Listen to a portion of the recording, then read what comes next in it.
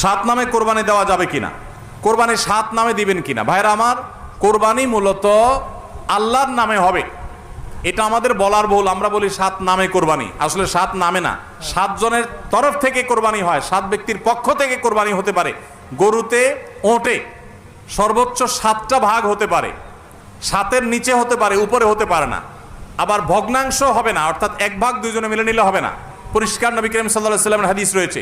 আজকাল অনেক আলেমরা এটা নিয়ে বা কোন আলেমরা এটা নিয়ে মত পার্থক্য করেন, দুর্ভাগ্যজনক সেটা। এটা নিয়ে সংখ্যাগরিষ্ঠ ইমামদের দ্বিমত নাই।